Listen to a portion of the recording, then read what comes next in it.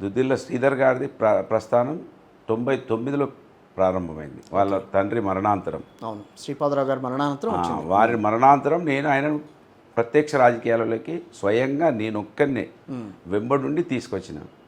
So వారు నేను కలిసి పనిచేసినాం. వారు ఏదైతే ప్రజల పక్షాన ఉండి ప్రజల కోసం పనిచేస్తారని నేను భావించినో దానికి పూర్తిగా విరుద్ధంగా పోవడం వలన ఆయన వదిలిపెట్టి బయటకు వచ్చి అనేక పార్టీలు మారి అంతిమంగా గమ్యం చేరి మళ్ళీ ఇవాళ ఏదైతే మేము ఆశించినామో అది మా ద్వారా కూడా పూర్తి కాకపోవడం వలన ఇంకా మా వర్గాల అభ్యున్నతి కోసం వాళ్ళ ఆకలి తీర్చడానికి కోసం ఆ ప్రయత్నంలో కొనసాగుతూ ఉన్నాను. ఇంకా అంటే దుద్దిల్ల శ్రీధర్ బాబు గారు మీకు ప్రత్యర్థిగానే చూడాలి మిమ్మల్ని. మీకు ఆయన ఒక నాయకుడు, నేను ఒక నాయకుడిని. ప్రత్యర్థులు ఒకరు ఇద్దరమే కాదు కదా, ఇంకా ఫ్యామిలీతో మీరు చాలా అటాచ్డ్ అయి ఉన్నారు కదా చాలా సంవత్సరాలు. ఇప్పుడు 2007 నుంచి వాళ్ళకు మాకు ముఖ చూపులు కూడా లేవు, కలుసుకుంటే ముఖాలు కూడా చూసుకోము. అంత వైరం ఎందుకు వచ్చింది సార్? ఒకసారి కలిసి ప్రయాణం చేసిన వాళ్ళు విడిపోతే అంతే వైర్యం ఉంటుంది. కలిసి ఉంటే ఎంత ప్రేమ ఉంటుందో విడిపోతే అంతే వైర్యం ఉంటుంది. చాలా జాగాలలో జరుగుతూ ఉంటే అందులో మాకు కూడా అంతే జరిగింది. అంతేనా? ప్రత్యక్షంగా ఏమి? ప్రత్యక్షంగా ఏం లేవు, రాజకీయంగానే.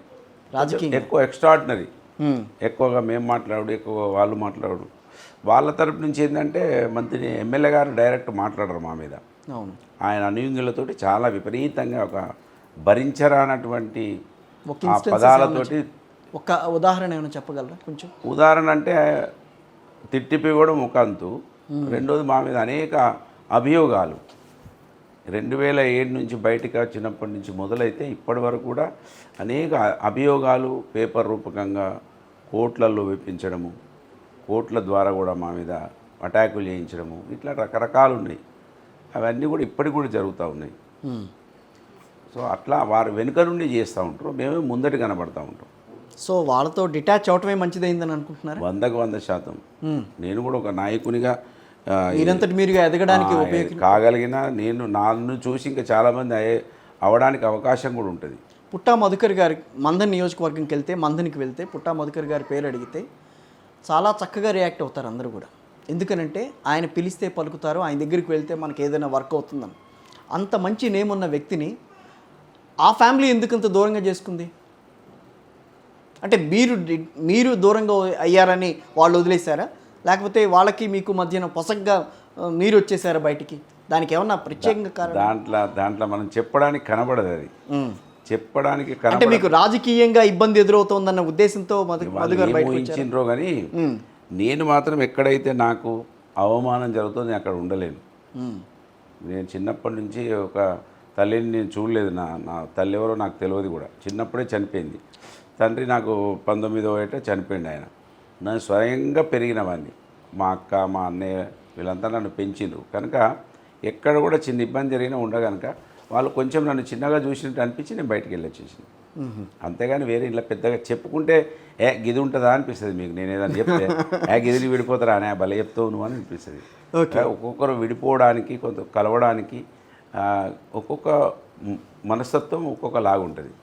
సో దాన్ని విడిపోవడానికి ఇంత పెద్ద ఇష్యూ లేదు అని అనిపిస్తుంది నేను చెప్తే. అవును, కొంతమంది చిన్న వాటికి హర్ట్ అవుతూ ఉంటారు, కొంతమంది ఏదైనా కూడా ఇక నడిపిస్తుందిలే ఇదే జీవితం కదా ఇట్లా నడిపించుకుంటూ పోదామనే వాళ్ళు ఉంటారు.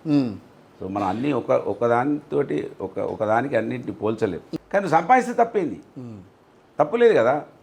ఒకప్పుడు మా తల్లి జాకెట్కు గుండీలు లేకపోతుండే, ముడి వేసుకునేది.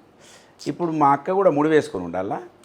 ఉండకూడదు. గౌరవంగా ఎదగాలి కదా మనం. ఎదిగినరని అప్రిషియేషన్ లేదు. అది నువ్వు సంపాదించినవు అరే సంపాదిస్తే మీ ముళ్ళు ఏమైంది అంటే అట్లనే ఉండాలా మేము? నీ సంపాదనలో నువ్వు ఒక లీడర్గా ఒక కాంట్రాక్ట్ తీసుకుని ఒక రోడ్డు వేయకుండానే బిల్లు తీసుకున్నావు, ఒక 100 మంది పిల్లల దగ్గర ఉద్యోగాలు పెట్టిస్తానని పైసలు తీసుకున్నావు, లేకపోతే పలానా భూమి కబ్జా చేసినావు, గిటువంటి చూపించాలి కదా నువ్వు సంపాదించినావు. అంటే అవసరం లేని ప్రశ్నలు మా మీద ఎందుకు? అదే మంత్రి ఎమ్మెల్యే ఆయన బ్రాహ్మడు, ఆయన ఎందుకు తప్పు చేస్తాడు? మేమంటే తప్పులు చేసేవాళ్ళని. కుల ప్రభావం ఏ విధంగా ఉందో చూడండి. వాళ్ళ కులం అనే వారికే వాళ్ళు మంచివాళ్ళు, గొప్పవాళ్ళు.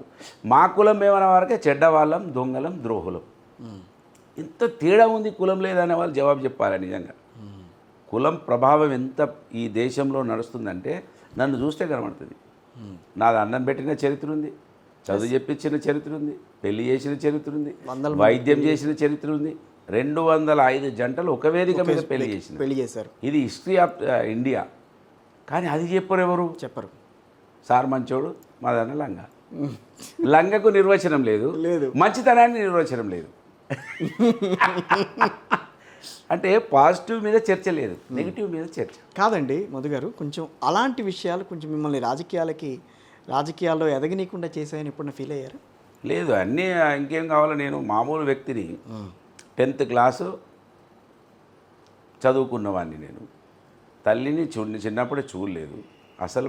మా నాయన వార్డు మెంబర్ కూడా కాదు, ఎమ్మెల్యే అయినా జిల్లా పరిషత్ చైర్మన్ అయినా ఎవరు ఎన్ని ఆరోపణలు చేసినా మంతిని చౌరస్తలో, అంబేద్కర్ చౌరస్తలో నిలబడితే 10 మంది వచ్చి దండం పెడతారు తప్ప 10 మంది వచ్చి తిట్టిపోయేవాళ్ళు లేరు.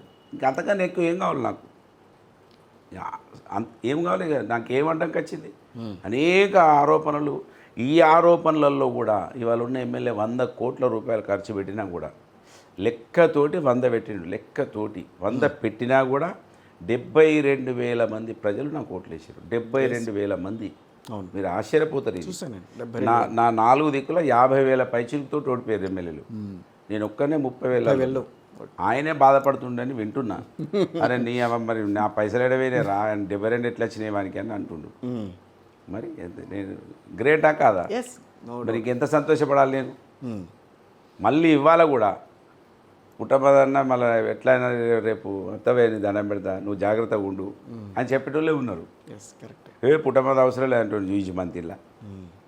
అన్నం పెట్టినోడు ఆయన ఉన్నప్పుడే మంచిగా ఉండే, కలిసేది. మీరే అన్నట్టు ఎప్పుడు పోతే అప్పుడు కలుస్తాడు, ఇంటికాడు ఉంటాడు, ఫోన్ ఆయన లేకపోతే ఆయన భార్య ఉంటుంది అనే చర్చ ఇవాళ కూడా ఉంది.